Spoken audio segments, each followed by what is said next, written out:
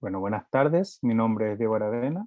Para los que no me conocen, soy licenciado en bioquímica, actualmente estudiante de doctorado en biociencias moleculares y soy el profesor de química 2022 del PREUCREPS.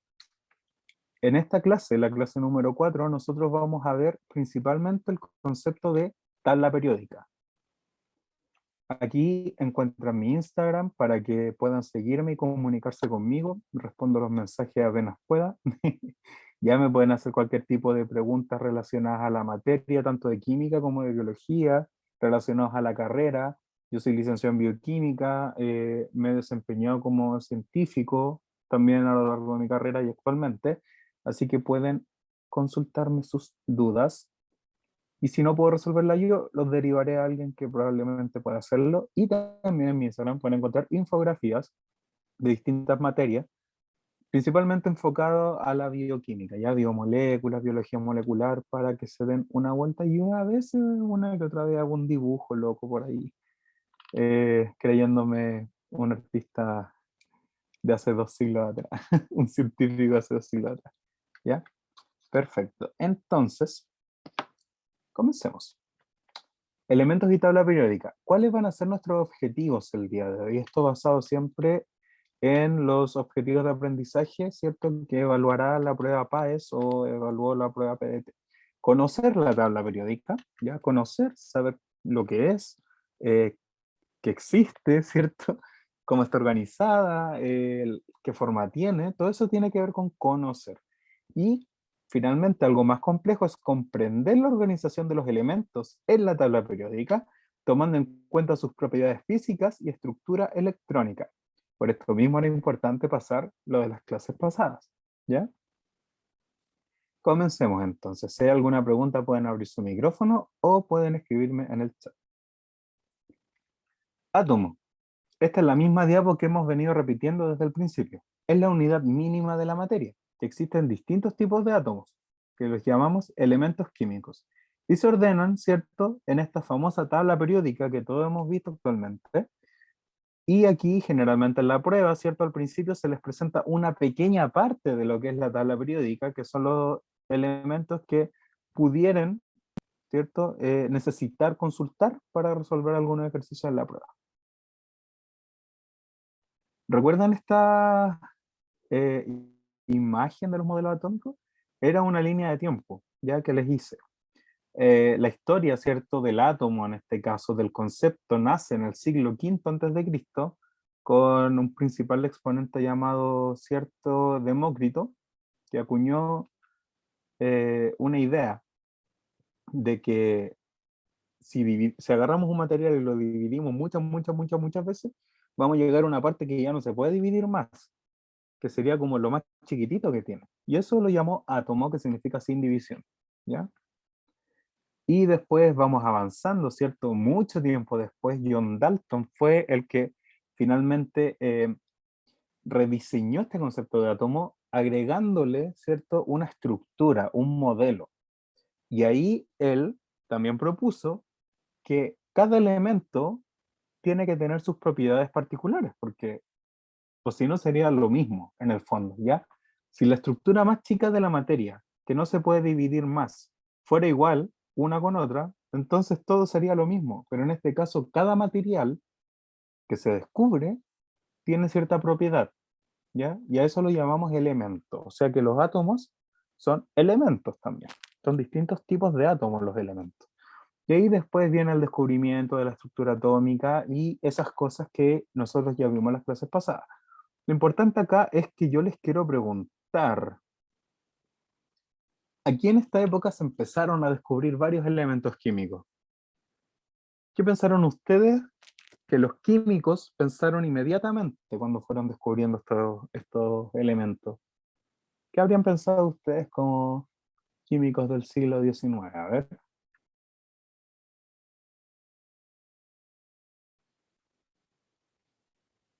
vamos tirando ideas. Juli dice, ¿qué hago con esto? Es una buena pregunta. Es una buena pregunta. ¿Qué hago con esta información nueva que hay?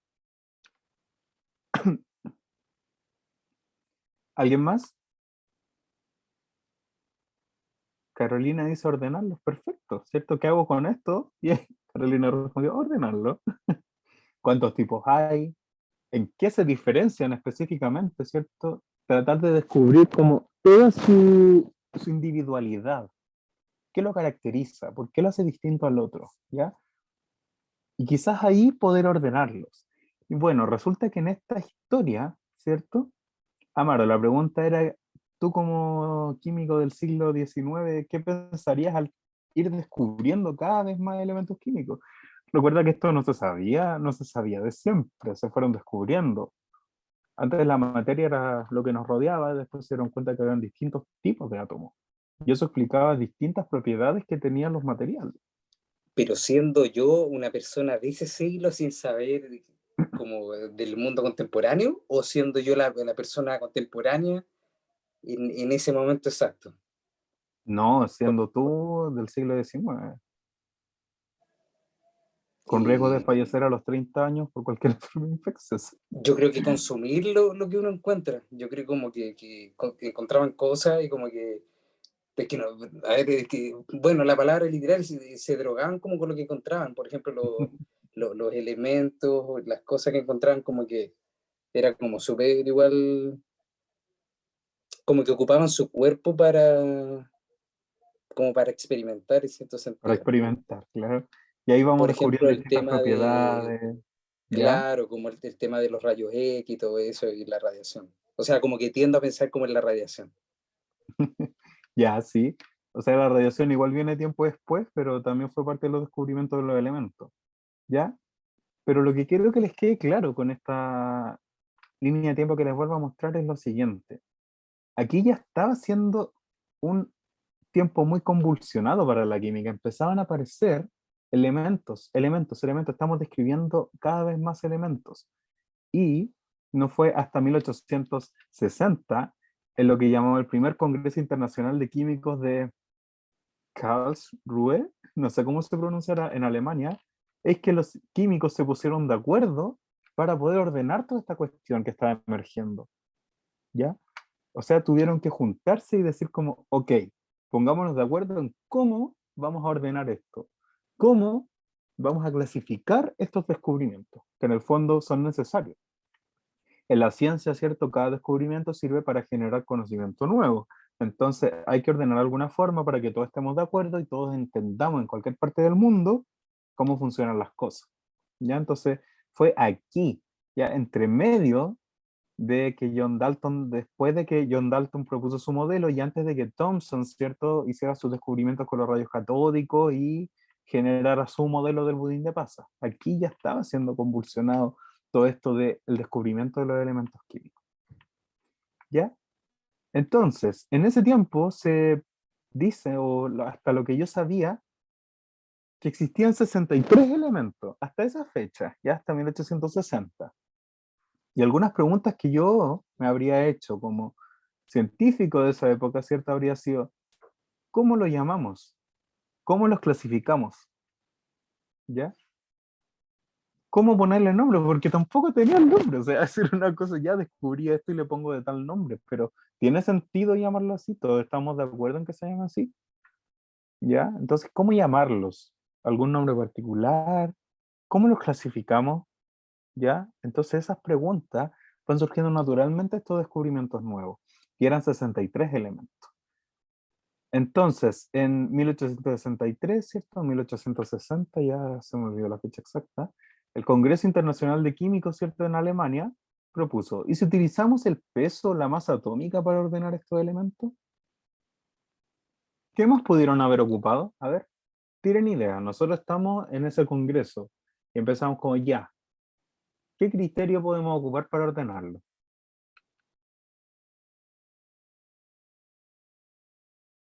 ¿Cómo ordenarían ustedes un montón de átomos que son distintos?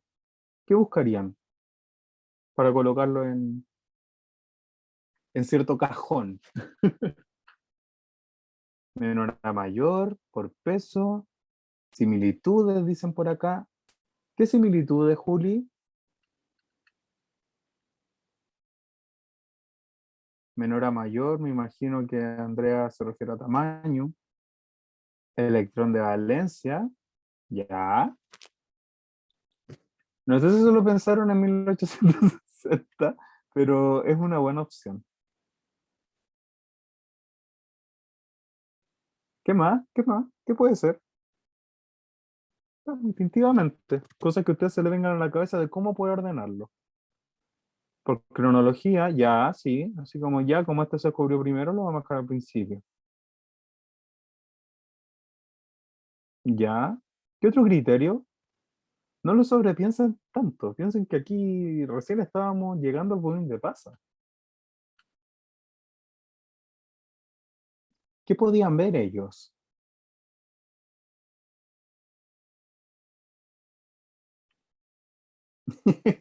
Esferita. Ya, la esferita no la veían, era un modelo. De menor a mayor, peso, ya sí, tiene sentido. Funciones parecidas, dice Carolina, ya, interesante, interesante. ¿Qué otra cosa?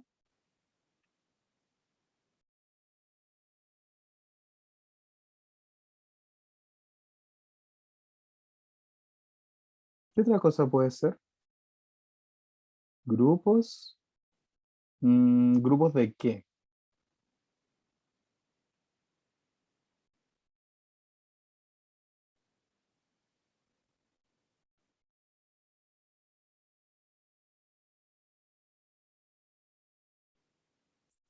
¿Color?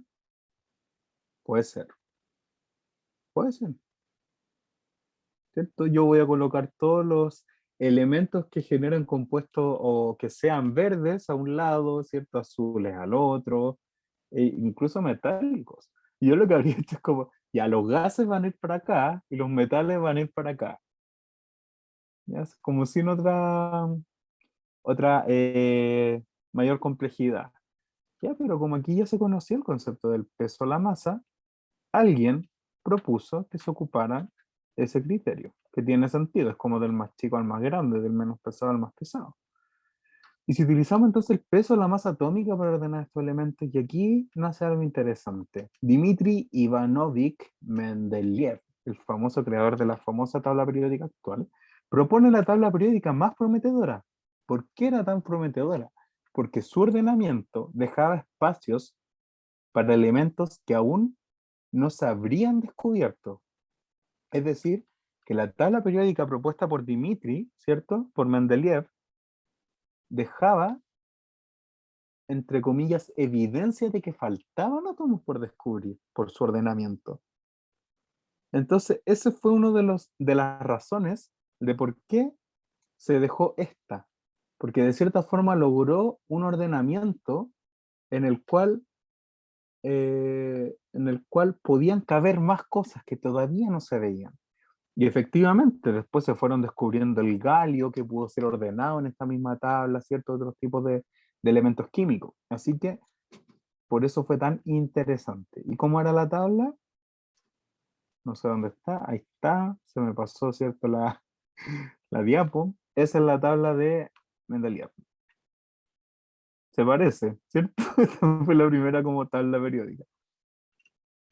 Ahí estaba. Ya grupo uno 2 3 ¿cierto? Aquí los periodos, ¿cierto? Y ahí el hidrógeno, el litio, el sodio, estos son los pesos atómicos, ¿ven? Hidrógeno 1, litio 7, sodio 23, potasio 39, en el grupo uno. ¿Ya? Y eso se mantiene hasta ahora, pues hidrógeno, litio, sodio, potasio, rubidio, cesio, francio, en el grupo uno, ¿cierto? Grupo 2, 3, 4, y llegaba creo que hasta el 7 o el 8. Sí, en el grupo 8 habían también algunos elementos. Obviamente esto todavía faltaba pulirlo, pero generó una tabla que le sirvió mucho a los científicos, bastante. Fíjense que, por ejemplo, acá en el periodo 2, en el uno está el hidrógeno y no está el helio todavía. ¿Se dan cuenta? No está el helio todavía, que debería ir por acá. El sodio, magnesio, cierto, aluminio, silicio, fósforo, azufre, cloro, y aquí todavía faltan elementos. Así que algo interesante para que tengan en cuenta. ¿A día de hoy se podrían encontrar más elementos? Sí, sí. De hecho, faltan, se supone que dos que los tienen que descubrir son teóricos. Hola Elías, ¿cómo estás? Tranquilo, no hay problema. De hecho, sí, faltan dos. Dos nomás. No sé si se han dado cuenta que al final de la tabla periódica, así como al final, hay como unos elementos que dicen como UUU, UUC, así como unos nombres extraños. Y esos son elementos teóricos que se han ido de a poco descubriendo, ¿ya? Se predice que existen, que pueden existir, pero todavía nadie los puede como fabricar, porque eso es otra cosa. Hay elementos que se presentan naturalmente y elementos que son sintéticos, ¿cierto? Que en laboratorio pueden existir durante unos breves segundos y después se desintegran, pero existen, ¿no? O sea, existió ese átomo ya como tal. Entonces también se van agregando a la tabla periódica.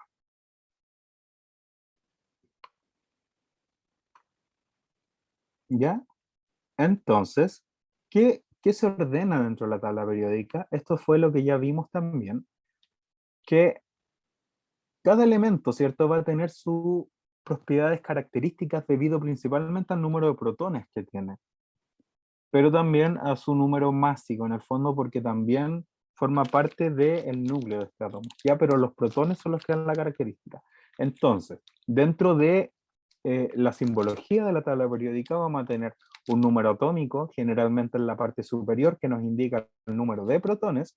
Vamos a tener el símbolo químico del elemento, ¿cierto? Por ejemplo, el sodio Na, el potasio K, ¿ya? El oxígeno O, y así sucesivamente. La masa atómica promedio se coloca abajito o en alguna forma bien indicada. ¿Por qué promedio? ¿Alguien se acuerda por qué era masa atómica promedio en este caso, en la tabla periódica? ¿Por qué no era número másico y era masa atómica promedio?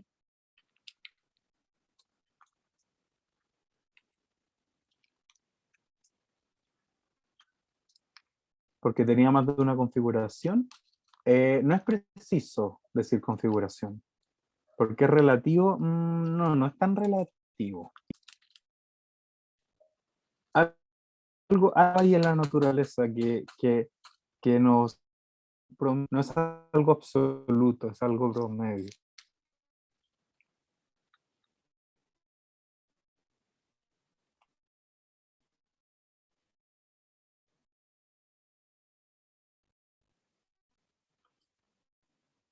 ¿Qué era? ¿Alguien se acuerda?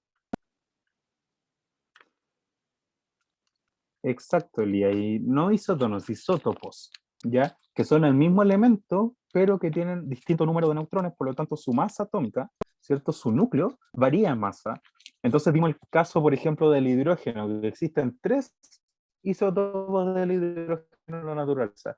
El hidrógeno común, que es un protón, el deuterio, que es un hidrógeno pesado, tiene un protón y un neutrón, y el tritio, que es el hidrógeno radioactivo, o más pesado, ¿cierto? Que tiene un protón y dos neutrones, ¿ya? Entonces, el primero tiene masa de 1, el deuterio tiene masa de 2 y el tritio tiene masa de 3. Entonces tenemos que sacar un promedio del hidrógeno que existe en la naturaleza y por eso existe la masa atómica promedio. ¿Ya? Es por los isótopos. O sea, un mismo elemento puede tener distinto peso. Perfecto. Ya, entonces, esta es la simbología que vamos a encontrar en la tabla periódica. Y aquí está la famosa tabla periódica actual. La tabla periódica actual, no sé si estoy actualizado, pero hasta donde yo recordaba, organiza 118 elementos, ¿ya? Que están aquí ordenaditos, con colores. Y aquí está el símbolo que yo les decía, ¿ven? En este caso ponen la masa atómica acá, arriba, pero lo indica. Ya todas las tablas periódicas les van a indicar cuál es la masa y cuál es el número atómico. Entonces aquí si se van al boro, la masa atómica va a ser, promedio va a ser de 10,81. El número atómico va a ser de 5. ¿Sí? Entonces sería el quinto elemento de la tabla. 1, 2, 3, 4, 5. Aquí está el boro. ¿Sí? Entonces la tabla periódica no tiene esta estructura de manera trivial. estas cosas tienen nombre, esta organización tiene nombre, y aquí les puse unos cuadrantes, imagínense que cada cuadradito representa los elementos químicos, ¿ya? Hacia abajo se llaman grupos. Tenemos el grupo 1A, el grupo 2A, el grupo 3A, el 4A, 5, 6, 7, 8A, ¿ya? Y aquí están los B, 3B, 4B, 5B, 6B, etcétera. Entonces hacia abajo se llaman grupos. Y hacia el lado, que tampoco es trivial, ¿ya? Son periodos, o N. Ya vamos a ver por qué. Ya esto necesito que lo conozcan muy bien. Los grupos son hacia abajo y los periodos son horizontales. Y entonces, por ejemplo, el hidrógeno y el helio pertenecen al mismo periodo. El rubidio y el yodo pertenecen al mismo periodo, más no al mismo grupo. En cambio, el flúor y el bromo pertenecen al mismo grupo, pero no al mismo periodo. ¿Sí? Todo clarito hasta ahí. Es un concepto nomás. ¿Qué son estas cosas entonces? ¿Por qué digo que no es trivial? ¿Por qué no es como columnas y filas nomás? Porque los grupos son 18 en total, ¿ya? 1, 2, 3, 4, 5, 6, 7, 8, 9, 10, 11, 12, 13, 14, 15, 16, 17, 18. 18 grupos en total. Y contienen elementos con propiedades físicas e incluso químicas similares, ¿ya? O sea, ordenarlas de esta forma hizo coincidir que el litio, el sodio, el potasio, el rubidio, el cesio y el francio fueran similares entre sí. De hecho, no sé si alguien conoce algo del sodio metálico, del potasio metálico, del litio metálico. ¿Alguien ha escuchado hablar de esos metales? ¿O el Esos sodio son los puro? que ocupan la PS5, ¿no? Y como cosas así como periféricos para computadores así como gamer, o nada que ver. Ya sí, podría tener estos metales. Podría. No estoy seguro. Pero, por Puede quedar como ejemplo, rata, pero que no, yo no tengo, ¿ah? Lo vi solo en internet, ya, creo. entonces Es como que creo que tarea algo como les voy a líquido dar que un... permitía como una cosa Ese así. es el galio, parece. Ah, verdad, verdad. Como tarea les voy a dar algo súper latero. Van a ir a YouTube y van a poner videos de gente explotando los water con sodio. ¿Qué? ¿Cómo es eso posible? ¿Esas El son las sodio bombas de ruido, metálico, no? no, no, es otra cosa. Con la Estos moneda un elementos de peso. acá del grupo 1A son súper reactivos con el agua, demasiado, y con el aire también. Entonces, uno tiene el cuadradito de sodio metálico o de litio o de potasio, que son muy parecidos entre ellos, en contacto con el agua, generan una reacción exotérmica, pero rapidísima. Y si eso se encuentra sumergido ya en el agua, va a explotar por las burbujas que crea. ¡Pah! Entonces, hay gente que se hace la graciosa y ha tirado, ¿cierto?, cuadraditos de sodio al water y el water explota porque en el fondo tiene agua, ¿cierto?, un sistema más cerrado y ¡pah! Se quiebra. ¿Ya? Y todos estos elementos hacen lo mismo. Ustedes buscan así como litio, agua, sodio, agua, potasio, agua y todos van a explotar. ¿Ya?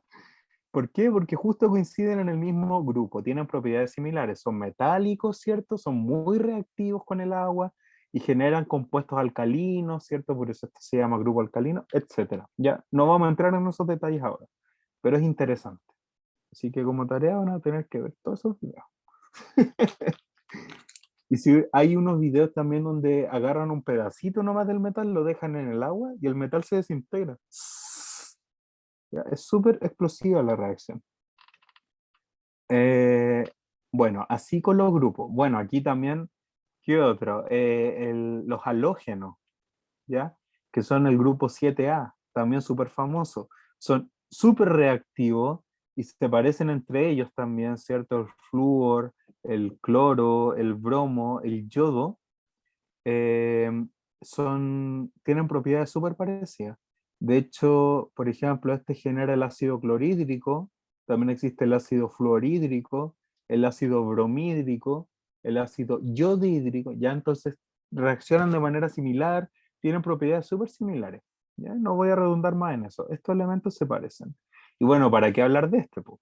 Aquí todos son inertes, los gases nobles casi ninguno reacciona, prácticamente ninguno reacciona en condiciones normales, ¿ya? Sí se pueden hacer reaccionar, obvio, todo es posible en este universo, pero en general son inertes, ¿ya? Y todos los que están aquí en el grupo 8 son inertes, para que lo tengan en consideración. Y los periodos, que eran los horizontales, hasta ahora hay 7. ¿Por qué digo hasta ahora? Porque teóricamente pueden haber muchos niveles de energía, pero hasta ahora hay 7. Y contienen elementos que poseen el mismo máximo nivel energético en su configuración electrónica, o sea, el número cuántico principal. Si nos vamos acá atrás de la tabla, ¿cierto? Vamos a encontrar, si ven aquí, ¿cierto? Chiquitito, está 1, 2, hasta el 7. Esto significa que el hidrógeno, su máximo nivel de energía donde termina la configuración, es el 1. 1S. 1S1, de hecho, 1S2. El litio termina en el 2. Usted hace la configuración electrónica del litio, el último nivel va a ser el 2. Y del cesio, el último nivel va a ser el 6. Y por eso se organizan en ese periodo. ¿Ya? Y coincidentemente, a pesar de que el litio da una vuelta, ¿cierto? Se repite, se aumenta un periodo y ya es sodio, y ya es potasio, y estos empiezan a aparecer. O sea, empiezan a ser ordenados según ciertas propiedades del átomo, no solo por su tamaño, sino también por su configuración electrónica. Y empiezan a quedar ahí bien ordenaditos. ¿Sí? Entonces, grupos, ¿eso vale para todos los elementos del periodo? Pregunta Andrea. Sí, para todos. El periodo representa el nivel de máxima energía.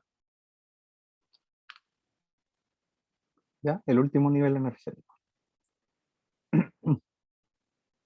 De nada.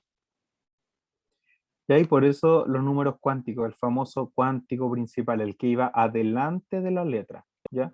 El más grande es el nivel de valencia o el último que corresponde al periodo. Listo. ¿Alguna duda hasta ahí?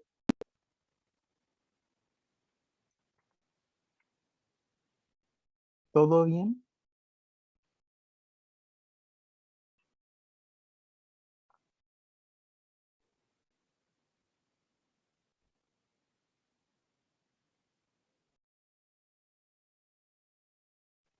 ¿Todo bien, dice Amaro? Perfecto, vamos a continuar. Ya, los elementos se clasifican de muchas formas dentro de la tabla periódica o dentro de la naturaleza en general. Ustedes dijeron muchas cosas que podrían servir para clasificar los elementos. Y muchas de esas cosas se utilizaron. ¿Ya? Por ejemplo, una de las más actuales es clasificarlos según la configuración electrónica que tienen. Entonces aquí nacen tres tipos de elementos. Vamos a tener los elementos representativos, que corresponden a los que terminan su configuración electrónica en el orbital S o el orbital P, y según yo son los más bonitos, los más amigables. De hecho, en la tabla periódica del principio de la prueba, son todos representativos, ¿ya? Porque son hermosos, cumplen el octeto, forman enlaces así como de manera súper ordenada, ningún problema, ¿ya? Esos son los elementos representativos, los grupos A, el 1A, el 2A, el 3A, 4, 5, 6, 7, 8A, ¿sí? Entre medio tenemos los elementos de transición, que corresponden a los que terminan su configuración electrónica en el orbital D, corresponden al grupo B. Ahora vamos a ver dónde se encuentran. Y finalmente tenemos los de transición interna, que corresponden a los que terminan su configuración electrónica en el orbital F o FS, ¿ya? Pero tienen el D incompleto o el F completo. Y los representativos tienen el D o el F completo, ¿ya? Entonces terminan en S o en P, son más bonitos. Los de transición terminan en D y los de transición interna en F. Esto explicando de manera súper simple, es como lo que necesitan saber, porque las propiedades que tienen estas cosas difieren en reactividad, en muchas cosas. Ya por eso les digo que los representativos son los más hermosos. Y bueno, los de transición interna, ¿cierto? Los del F, que son el grupo B, pero conocidos como los lantánidos y los actínidos, que están por ahí unas cosas muy extrañas, ¿ya? Que son como esa barrita que está abajo de la tabla periódica, es como la tabla chiquitita que está abajo. Y aquí lo vemos, ya tenemos en blanco y negro para que no interfieran los colores. Tenemos aquí en rojito los elementos representativos, si se fijan son del grupo A, 1A, 2A, 13, 14, 15, 16, ¿ya? En números romanos, ¿cierto? Es el grupo antiguo. Y el moderno ahora es con número latino, no sé cómo se dice, arábico, parece que era. Ya, entonces del 1 al 18, pero son los que tienen la A. Tenemos aquí y acá. Y adivinen cuáles son los de transición. Estos de acá. Estos son los grupos, los elementos de transición. Estos son los que terminan la configuración electrónica en D. Y por aquí están los lantánidos y actínidos, que son los de transición interna, los que terminan en S. ¿Ya? Entonces aquí está la simbología de colores. Tenemos entonces en ambos rincones, ya las partes más altas de la tabla son los representativos. Esta parte chiquitita de la tabla son los de transición, y esta tabla anexa entre comillas, son los de transición interna. Y eso es según la configuración electrónica, cómo terminan su configuración electrónica. ¿Ya? Entonces, aquí tenemos otro tipo de clasificación dentro de la tabla. ¿Sí? ¿Todo bien ahí? ¿Alguna pregunta? Súper conceptual. No los quiero complicar tanto.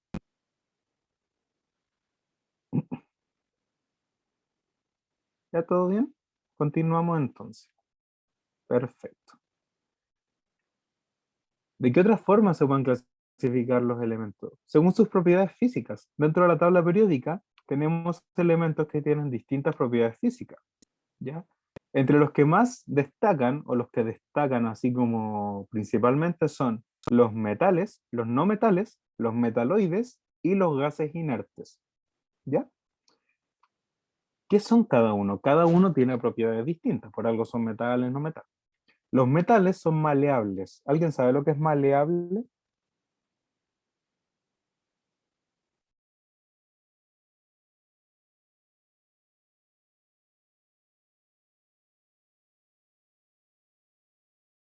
Moldeable, bien, ¿cierto? Moldeable, dúctiles, que son deformables, son buenos conductores de electricidad y del calor. Ya es como cuando uno pone un fierro, ¿cierto?, cerca de una fogata, el calor empieza a transmitirse a través del fierro, ¿cierto? ¿Los metaloides son los semimetales? Sí, exacto. Ya son los que están entre metal y no metal. Los no metales son lo contrario a los metales, pues son opacos, ¿cierto? Así como que no tienen ese color brillante característico de los metales, son poco maleables, ¿cierto?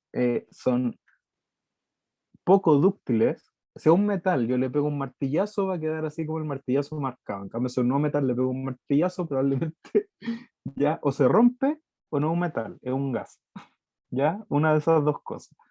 Porque también puede ser que un no metal sea un gas, pues si los gases, los metales no son gases naturalmente.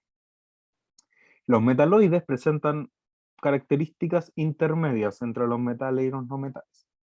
Y finalmente los gases inertes, ¿cierto? Son elementos en estado gaseosos a temperatura ambiente y son muy poco reactivos. Y es lo que conocemos generalmente como los gases nobles. Esos son los gases inertes. Y estos entonces también están organizados dentro de la tabla periódica. ¿De qué manera? De la siguiente forma.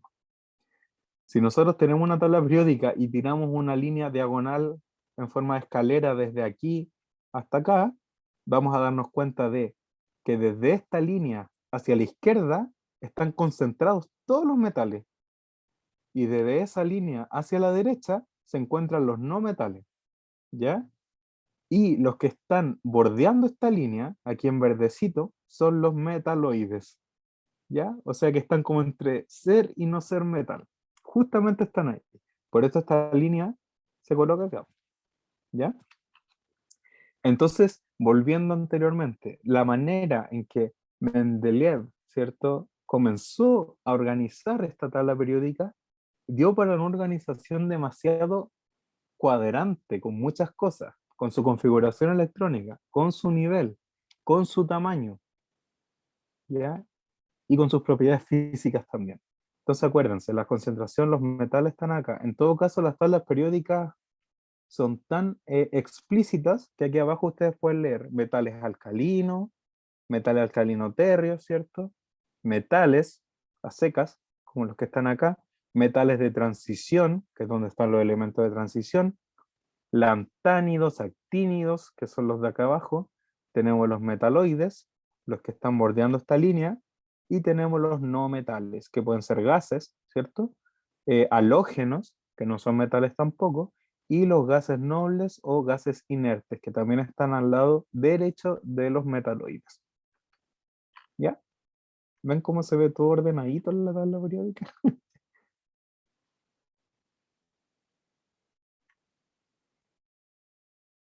Y así los podemos clasificar entonces u ordenar por sus propiedades físicas. Y es lo que tienen que también saberse, pues. ¿Cuáles son las propiedades de los metales, de los no metales y los metaloides que están por ahí? ¿Ya? ¿Qué otras propiedades físicas poseen los elementos o posee la materia en general? Ya los elementos son tipos de átomos y difieren en muchas propiedades, como dice acá la diapo. Entre ellas están la masa, el volumen, la densidad y el estado en el que se encuentra. ¿Sí? Mari, no es necesario saberse la tabla, pero sí cuando te presenten una tabla saber dónde buscar. ¿Ya? Entonces, por ejemplo, si yo te digo que busques el sodio, ¿cierto? Que está en el periodo 3, tú buscas acá y no buscas acá abajo. Te digo que el sodio es un metal, tú vas a buscar por este lado, no vas a buscar en este. Te digo, por ejemplo, que el sodio es más grande que el neón, tú no vas a buscar acá anterior del neón, pues vas a buscar después, más adelante, ¿cierto? Para eso sirven estas cosas y también para saber cómo se organiza la materia y qué propiedades tiene. Pero la tabla periódica, a no ser que estudie una carrera de química brígida, no se la tienen que saber de memoria. Además que uno la usa tanto que después ya sabe como algunas cosas, elementos de memoria donde pueden estar. ¿Ya? Como les decía, entonces estas pueden ser las propiedades de la materia. Vamos a definirla. La masa es la cantidad de materia, se mide en kilogramos, que según el Sistema Internacional de Unidades, pero existen muchas más unidades para medir masa, ¿cierto? Kilogramo, libra, gramo, ¿qué otra cosa? ¿Qué otra cosa sirve para medir masa? No me acuerdo en estos momentos, ¿ya? Pero es la cantidad de materia. El volumen es el espacio que ocupa ese elemento o ese material y se mide en litros según el sistema internacional, pero también puede ser milímetros, centímetros cúbicos, mililitros, centímetros cúbicos. eh, ¿Qué más? ¿Qué más se ocupa para, para el volumen? Eh, Metros cúbicos y todos sus derivados en el fondo. Moles de cantidad, Amaro, cantidad, así como 1, 2, 3 mol, que son 6,02 por 10 a la 23 cosas. ¿Sí? No necesariamente representa masa, porque distintos moles de distintas cosas pueden tener distinta masa. No es lo mismo un mol de hidrógeno, ¿ya? Que un mol de sodio. El mol de sodio es más pesado que el mol de hidrógeno. Y la densidad, por ejemplo, es la relación entre la masa contenida en cierto volumen. Se mide en kilogramos litro, si seguimos el sistema internacional de unidades, pero en realidad es relativo. Gramos por ml, gramos por centímetro cúbico, ya libras por litro. La cosa es que la densidad me indica cuánta masa hay en cierto volumen de algún material. Y esto, la densidad igual puede variar según la temperatura, por ejemplo. ¿Han escuchado hablar de que el aire caliente es menos denso que el aire frío? Que por eso, por ejemplo, cuando uno va cerca de la entrada al metro, de repente sale así como mucho aire tibio, porque el aire tibio, como es menos denso, tiende a subir a la superficie. Y el aire caliente, el aire frío tiende a bajar por las ventilaciones. Entonces se produce estas corrientes de convección por las densidades. ¿Ya? Igual que el agua caliente es menos densa que el agua fría. Y así con la densidad. En el fondo, imagínenselo como si yo agarrara un volumen, cierto volumen, un envase que tenga distintas moléculas, y yo veo cuántas de esas moléculas hay en ese espacio. cuánta masa hay en ese espacio. Por eso es kilogramos litro, gramos por ml, etcétera. ¿Ya? Entonces la densidad también es una propiedad de la materia. Y también el estado físico. Esto ya es como bastante intuitivo, bastante lógico, ¿cierto? Y probablemente todos ya lo conocen, que existen principalmente tres estados de la materia y que tienen distintas propiedades, ¿ya? Los sólidos, por ejemplo, son partículas altamente cohesivas, están muy pegadas entre ellas, hay muy poco movimiento interatómico, ¿cierto? Se están tan pegadas que casi no se mueven, mantienen su forma y no son comprimibles, o sea, yo lo puedo aplastar lo que quiera, pero no voy a lograr que ese sólido cambie de materia, o sea, cambie de estado solo por aplastarlo, ya por la presión. Los líquidos en el fondo son partículas levemente cohesivas, ¿cierto? En el agua hay partículas, pero no están tan pegadas como en el hielo. Están un poquito más separadas, entonces tienen cierto grado de movimiento. Eso promueve que no tengan forma definida. Los líquidos no tienen forma, son fluidos, ¿ya? Y no son comprimibles tampoco. O sea, yo lo puedo aplastar lo que quiera, pero no voy a transformar el agua en un sólido por aplastarlo mucho, ¿ya? Va a seguir siendo agua. No tienen forma definida, recuerden, adquieren la forma del recipiente que los contiene. En cambio, los sólidos sí tienen forma definida, ¿ya? Y los gases ya son partículas que tienen casi nula interacción intermolecular o interatómica, se mueven libremente, hay mucha energía cinética, no tienen forma definida y sí son comprimibles. O sea, yo puedo aplastar un gas y hacer que se vuelva líquido, por ejemplo, ¿ya? Cosa que pasa con el gas licuado. O sea, uno toma un cilindro de gas y si lo mueve escucha como un líquido adentro, pero en el fondo eso es un gas que está tan comprimido que se licuó, ¿ya? Y se transformó en un líquido. Entonces esos son los tres principales estados de la materia en los que se pueden presentar los elementos a temperatura ambiente o en la naturaleza, ¿sí? Y estos estados, ¿cierto?, son intercambiables. No es que un sólido siempre vaya a ser sólido, un líquido siempre líquido y un gas siempre un gas. Esto puede pasar de estado a estado mediante estos procesos. De líquido a sólido es la solidificación, congelación, ¿cierto? Lo que hace que el agua, por ejemplo, se transforme en el hielo. Y al revés se llama fusión o derretimiento, lo que hace que el sólido, ¿cierto? En el caso del hielo, se transforme en agua líquida de nuevo, o cualquier sólido se derrita, ¿ya? De líquido a gas, nosotros tenemos la vaporización, cuando algo se evapora o cuando algo ebulle, se va pasando de líquido a un gas, y al contrario se llama condensación, ¿ya? Y también podemos pasar de sólido a gas inmediatamente, sin pasar por el líquido, mediante un proceso llamado sublimación, ¿sí? Y de gas a sólido mediante un proceso llamado sublimación inversa o cristalización, ¿ya? Entonces son intercambiables entre ellos. Y cada uno de estos procesos requiere de cierta temperatura, por ejemplo. Eh, entonces, para que el líquido, ¿cierto?, pase a sólido en el agua, requiere cierta temperatura que se llama temperatura de fusión, que es equivalente a la de solidificación. Es la temperatura que requiero en el material para que pase de estado. Entonces, de sólido a líquido es la temperatura de fusión, de líquido a gas es la temperatura de ebullición, y bueno, de sólido a gas la temperatura de sublimación, pero no es la más nombrada, ¿ya? Entonces, estos estados también, como les dije, son intercambiables y depende, ¿cierto?, de su paso de uno a otro de cierta temperatura. Y esa temperatura depende de las propiedades internas del material. Por ejemplo, el alcohol etílico, ¿a cuánta temperatura se evapora?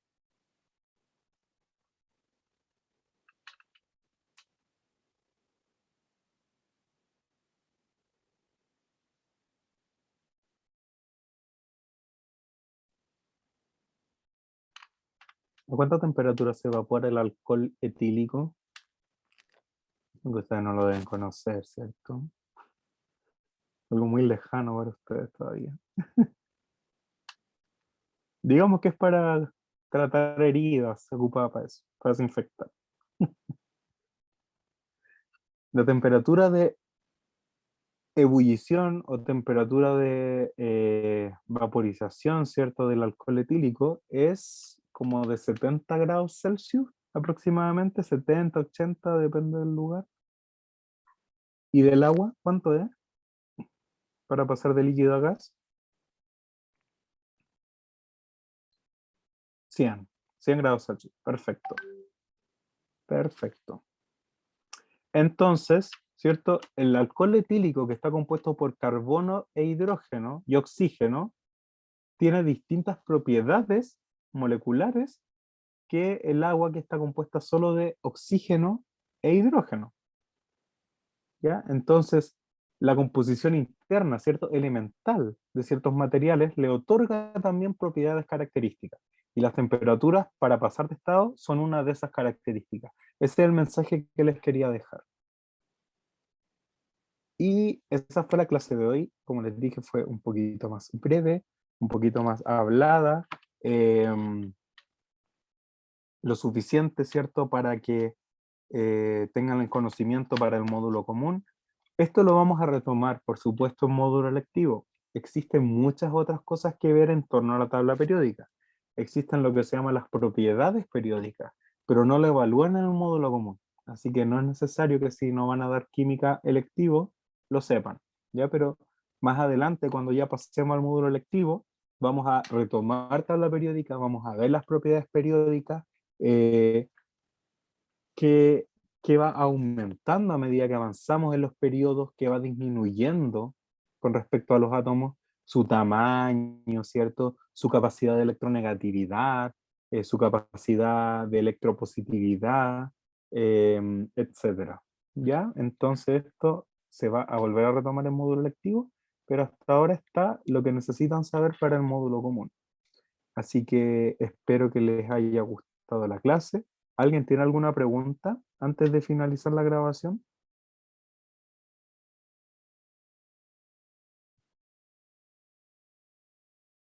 para responder en pantalla?